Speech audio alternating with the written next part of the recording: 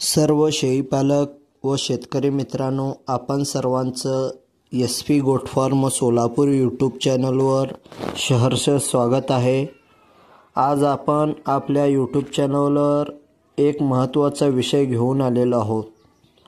तो विषय असा आहे की शेळीपालनासाठी सरकारी योजना कोणकोणत्या आहेत, तर सविस्तर माहिती आपण या व्हिडिओच्या माध्यमातून पाहणार आहोत।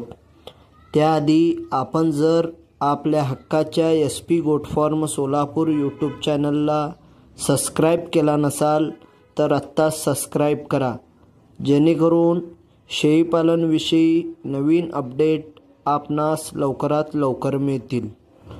तर मित्रांनो, शेळीपालनविषयी सरकारी योजना हा मोठ्या प्रमाणात आहेत। या योजना अंतर्गत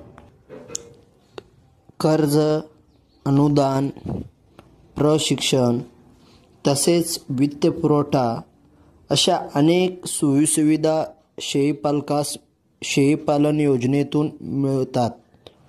तर शेळीपालन योजनेचे उद्दिष्ट म्हणजे सर्वसामान्य शेतकरी व शेळीपालक अशा वर्गास उत्पन्न वाढवणे आणि त्यांचा जीवनमान उंचावणे, तसेच पशुसंवर्धनाला चालना देणे।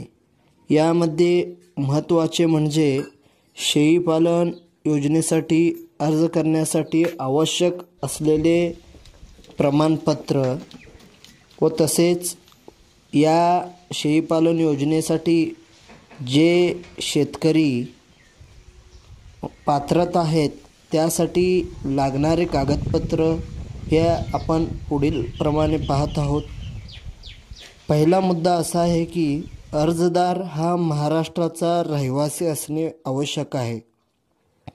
दुसरा मुद्दा, अर्जदार व्यक्तीचे वय 18 वर्ष किंवा त्यापेक्षा जास्त असणे गरजेचं आहे। तसेच तिसरा मुद्दा, अर्जदाराकडे स्वतःचे शेतजमीन असणे गरजेचं आहे, म्हणजेच 7/12 उतारा असणे गरजेचं आहे। महत्त्वाचे आहे की बँकेचे कर्ज मिळवण्यासाठी तुमच्या शेळीपालन फार्मची सरकारी नोंदणी करणे आवश्यक आहे।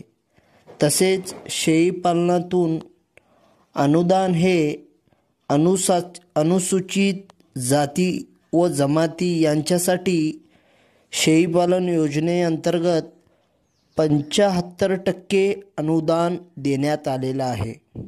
तसेच 2025-26च्या आराखड्यामध्ये सरकारी योजनेतून शेळीपालनासाठी सरकारकडून आर्थिक मदत आणि कर्ज उपलब्ध करून देण्यात आलेले आहेत। तर पुढील प्रमाणे आपण पाहत आहोत की कर्जाची व या योजनेची पद्धत कशी आहे। 15+1 म्हणजेच 15+1 युनिटसाठी 25% अनुदान मिळू शकते। तसेच मुद्रा योजनेचे या सरकारने सुविधा दिलेली आहे। मुद्रा योजनेअंतर्गत प्रति शेतकरी 10 लाख रुपये युनिट असे कर्ज उपलब्ध आहे। तर आपल्या महाराष्ट्र शासनाने या शेळीपालनासाठी मोठ्या प्रमाणात सोयीसुविधा उपलब्ध करून दिल्या आहेत।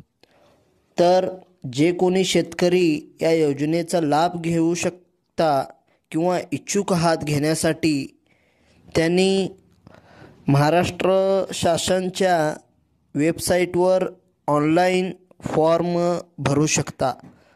सर्व कागदपत्र असणे आवश्यक आहे। धन्यवाद।